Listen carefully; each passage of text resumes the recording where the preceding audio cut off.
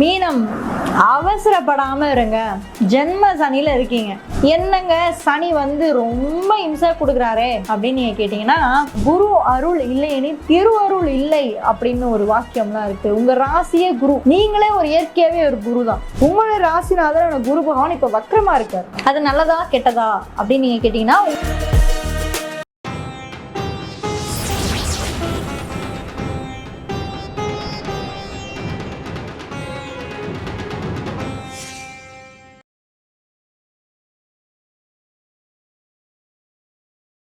மீனம், அவசரப்படாம இருங்க. ஜென்ம சனியில இருக்கீங்க. எந்த ஒரு விஷயத்தையும் சனி நிதானமாக தான் முடிச்சு வைப்பாரு. கண்டிப்பா நல்லதே நடக்கும். அது பூரட்டாதியா இருந்தாலும் சரி, உத்திரட்டாதியா இருந்தாலும் சரி, ரேவதியா இருந்தாலும் சரி, இந்த 3 ராசிக்குமே சனியால யோகம் உண்டு. தொடர்ந்து பாருங்க. அது மட்டும் இல்லாமல் சேனலை இன்னும் நீங்க சப்ஸ்கிரைப் பண்ணாமலே பார்த்துட்டு இருந்தீங்க அப்படின்னா மறக்காம சேனலை சப்ஸ்கிரைப் பண்ணி வச்சுக்கோங்க. மீன ராசி ஜென்ம சனியில் இருக்கீங்க.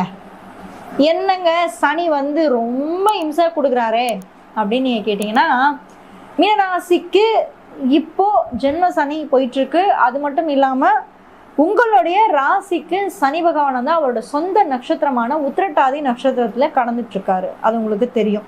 அடுத்து ஒரு 3-4 மாசம் வந்து ஒரு உத்திரட்டாதி நட்சத்திரத்துல தான் இருப்பாரு. அதுக்கப்புறமா ரேவதிக்குள்ள அவர் வந்து என்ட்ரி ஆயிடுவாரு. அவர் ரேவதிக்குள்ள என்ட்ரி ஆகும்போது கரெக்டாக பார்த்தீங்கன்னா குருவோட பார்வை உங்கள் ராசிக்கு வந்து விழப்போகுது.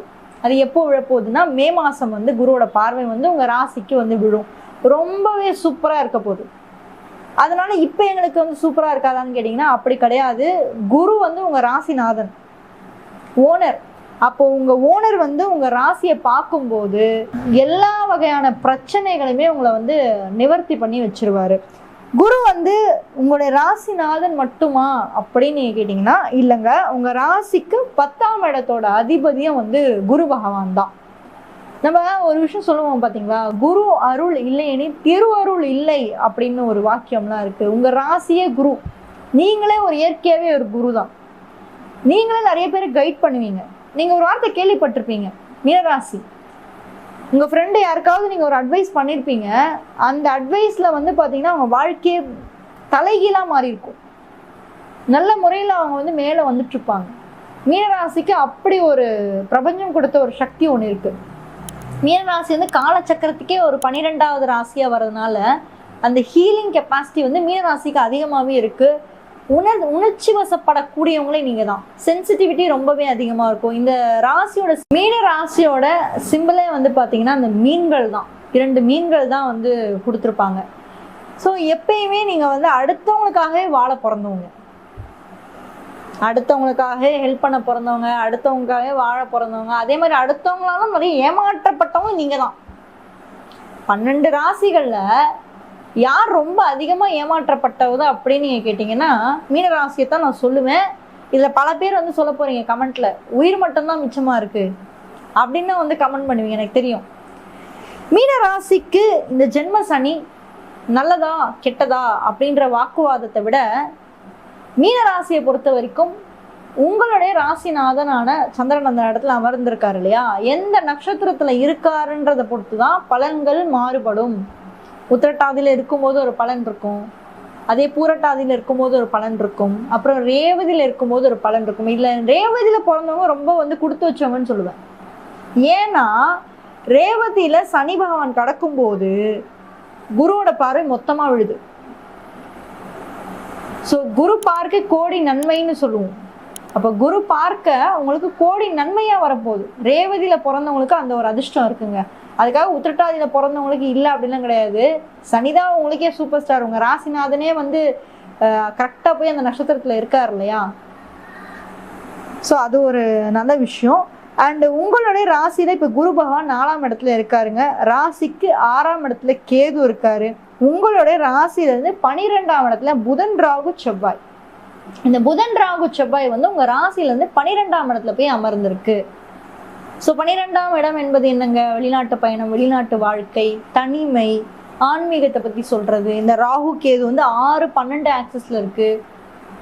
மீனராசி வந்து ஆரோக்கியம், ஹெல்த்து அப்படின்ற விஷயத்தில் ரொம்பவே கேர்ஃபுல்லாக இருக்கணும். அடுத்த 1 வருஷத்துக்கு அல்சரு, உடல் உபாதைகள், வயிறு சம்பந்தமான பிரச்சனைகள், அஜீரண கோளாறு, கவனமே இருக்காது. உங்களை நீங்க வந்து கவனிக்கவே மாட்டீங்க. என்ன சொல்ல போனா மீனராசி கேர்ஃபுல்லா இருங்க. 12 ராகு உட்காந்து தேவையில்லாத விரைய செலவுலாம் வைக்கும், ஹாஸ்பிட்டல் செலவுலாம் வைக்கும். ஹெல்த்ல கோட்டை விட்டீங்கன்னா 6ல் இருக்கிற 6ல் வந்து கேது இருக்கு. ஸோ ஹெல்த்ல நீங்க எப்பெல்லாம் கோட்டை வரீங்களோ 12ல் இருக்கிற ராகும் கேம் ஆடும். எப்படின்னா தேவையில்லாத விரைய செலவு. இதே ஃபாரின்ல நீங்க போயிட்டீங்க, செட்டில் ஆயிட்டீங்க, அதுக்காக நீங்க வேலை பார்க்குறீங்க அப்படின்னா ஓகேங்க. இல்லை அப்படின்னா உங்க தினசரி அன்றாட வாழ்க்கையில ஏதாவது ஒரு உடல் உபாதைகளை கொடுத்துக்கிட்டே இருக்கும்.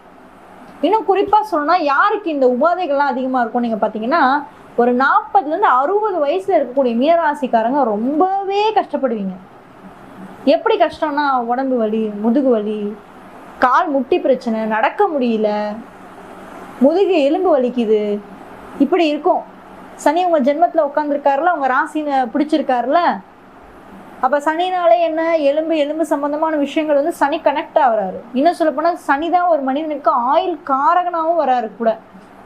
ஸோ 40லேருந்து 60 வயசுல இருக்கக்கூடியவங்க ஹெல்த்ல ரொம்பவே கேர்ஃபுல்லா இல்லை அப்படின்னா பொருள் செலவு கண்டிப்பா மீனராசிக்கு விற்கும். அதுவும் குறிப்பா சொல்லணும் அப்படின்னா ரேவதி நட்சத்திரத்துல பிறக்கிறவங்களுக்கு அது நிச்சயமா இருக்கும்.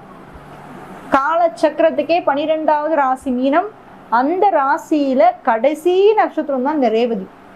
ஸோ ரேவதி நட்சத்திரத்தில் பிறக்கிறவங்க பாருங்க, இந்த பிரச்சனைகளை கண்டிப்பாக ஃபேஸ் பண்ணிட்டு தான் வருவீங்க, ஃபேஸ் பண்ணிட்டும் இருப்பீங்க.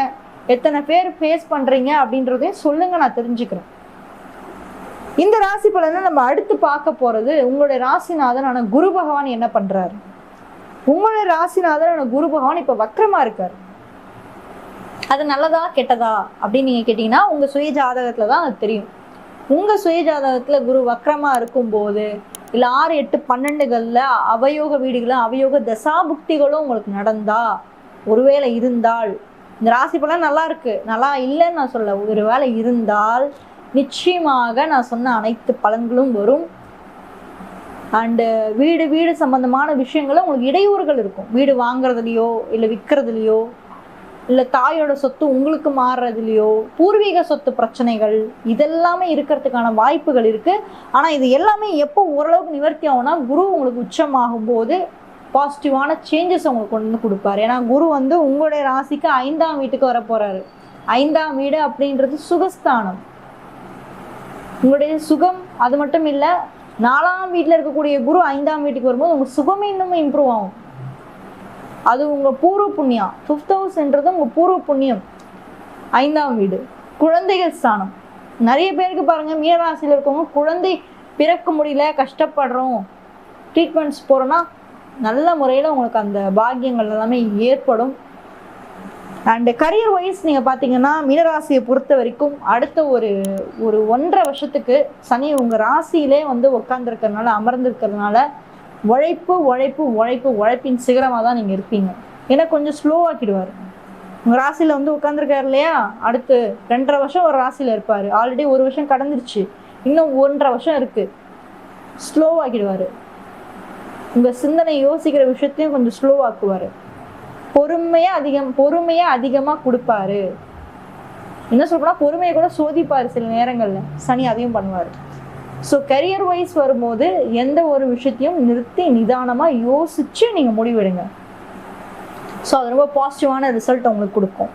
ரிலேஷன்ஷிப் வைஸ் எப்படி இருக்க போகுது, ரிலேஷன்ஷிப்ஸு இல்லை வந்து நாங்கள் மேரேஜ் பண்ணலாமா கான பாசிபிலிட்டிஸ் இந்த மார்ச் மாதம் இருக்கான்னா கண்டிப்பாக இருக்குது. குரு வக்ர நிவர்த்தி ஆனோடனே நீங்கள் அதுக்கான ஸ்டெப்ஸ் எடுக்க ஆரம்பிங்க. மே மாதத்துக்கு மேலே வந்து குரு வக்ர நிவர்த்தி ஆகுறாரு. உங்களுடைய ராசிநாதன் தான் ரொம்ப முக்கியம். குரு பலம் வேணும். ஒரு மேரேஜாக இருக்கட்டும், ஒரு டைமிங் ஆஃப் மேரேஜ் ஏற்படுது, ஒரு பாசிபிலிட்டிஸ், இது எல்லாத்துக்குமே குரு வேணுங்க. ஸோ அந்த வகையில் பார்க்கும்போது உங்களுக்கு குரு வந்து இப்போ 4ஆம் இடம் வக்ரமாக இருந்து அடுத்த 5ஆம் இடத்துக்கு வரும்போது, பாக்யஸ்தானம் சுகஸ்தானத்துக்கு வரும்போது உங்கள் சுகம் இம்ப்ரூவ் ஆகும். அது மட்டும் இல்லாமல் நிறைய நல்ல விஷயங்களும் நடக்கும். ஸோ மேரேஜ்க்கான பாசிபிலிட்டிஸ் உங்களுக்கு வந்து ஏற்படும். எஜுகேஷன், படிப்பு சார்ந்த விஷயங்கள் எல்லாமே எப்படி இருக்குது இந்த மார்ச் மாதம் நம்ம பார்த்தோம்னா ஸ்டூடெண்ட்ஸுக்கு ரொம்பவே எக்ஸலண்ட்டாக இருக்குது. ரொம்ப நல்லா இருக்கு. படிப்பில் இருக்கக்கூடிய அந்த கவன சிதறல் எல்லாமே குறையும். உங்கள் ஃபோக்கஸ், உங்கள் கான்சென்ட்ரேஷன் எல்லாமே இம்ப்ரூவ் ஆகும் இந்த மார்ச் மாதம். ஏன்னா 5ஆம் இடத்துல குரு வர இல்லையா, அதை நோக்கி போவார் இல்லையா. அப்போ உங்கள் ஃபோக்கஸில் நிறைய மாற்றங்கள் ஏற்படும். நிறைய புது புது விஷயத்த கற்றுக்கணுன்னு நினைப்பீங்க. ஏன்னா இது குருவோட ராசி, கிரியேட்டிவ் மைண்டு, கற்பனா சக்தி உங்களுக்கு அதிகம். மீனத்தை பொறுத்த வரைக்கும் அது வந்து ஒரு நீர் தத்துவ ராசி அப்படின்றதுனால இயற்கையாகவே அவங்க கற்பனை திறன் ரொம்பவே அதிகமாக இருக்கும், கற்பனா சக்தி அதிகம். அப்போ அவங்க கற்பனைகள் மூலியமாகவே நிறைய விஷயத்தை வெற்றி காணக்கூடிய ஒரு ராசி இந்த மீன ராசி தான். அந்த வகையில் மீனராசிக்கு ரொம்பவே நல்லா இருக்கு இந்த மார்ச் மாதம். அண்ட் இன்னொரு முக்கியமான விஷயம், எந்த மாதிரி கடவுளை நீங்கள் வழிபடணும், யாரை வழிபட்டால் உங்களுக்கு அதிகமாக சிறப்பு நல்ல பலன்களை கொடுக்கும், நிறைய நன்மைகளை கொடுக்கும் அப்படின்னு நீங்கள் பார்த்தீங்கன்னா, உங்களுடைய ராசிக்கு யோகாதிபதி அப்படின்னு சொல்லக்கூடியவர் முருகர், செவ்வாய் பகவான். ஸோ முருகரை வழிபாடு செய்வது, முருகரை வணங்குவது ரொம்பவே சிறப்பு வாய்ந்த பலன்களை கொடுக்கும், ரொம்பவே பாசிட்டிவான ரிசல்ட்ஸ் அவங்களுக்கு வந்து கொடுக்கும். ஸோ செவ்வாய்க்கிழமை நீங்கள் கோயிலுக்கு போயிட்டு நீங்கள் வழிபடலாம், பாசிட்டிவான ரிசல்ட்ஸ் நீங்கள் கொடுக்கும், நல்லாவே இருக்கும். இந்த மார்ச் மாதம் மட்டும் கிடையாது, இந்த ஜென்ம சனி சில பல உங்களுக்கு மன அழுத்தத்தையும் இடையூறுகளும் உங்களுக்கு கொடுத்தாலும் கூட, குறிப்பிட்டு சொல்லணும் அப்படின்னா இந்த ரேவதியிலேருந்து நான் சொல்கிறேன், கொடுத்தாலும் கூட பல விஷயங்கள்லேருந்து உங்களுக்கு குரு பகவான் வந்து காப்பாற்றிடுவார். எப்போ அவர் உச்சமாக ஸ்டார்ட் ஆகிறாரோ, அதாவது ஸ்ட்ராங்காக ஆகிறாரோ, அவருக்கு அந்த ஸ்ட்ரென்த்து கிடைக்க போகுது. ஸோ அந்த ஸ்ட்ரென்த் வரும்போது, உச்சம் கிடைக்கும் போது கண்டிப்பாக உங்கள் லைஃப்பில் வந்து பாருங்கள் நிறைய பாசிட்டிவான ரிசல்ட்ஸை நீங்கள் போட்ட முயற்சிகள் வெற்றி அடையிறதுக்கான வாய்ப்புகளும் உங்களுக்கு ஏற்படும். Thank you so much. All the very best. Thank you.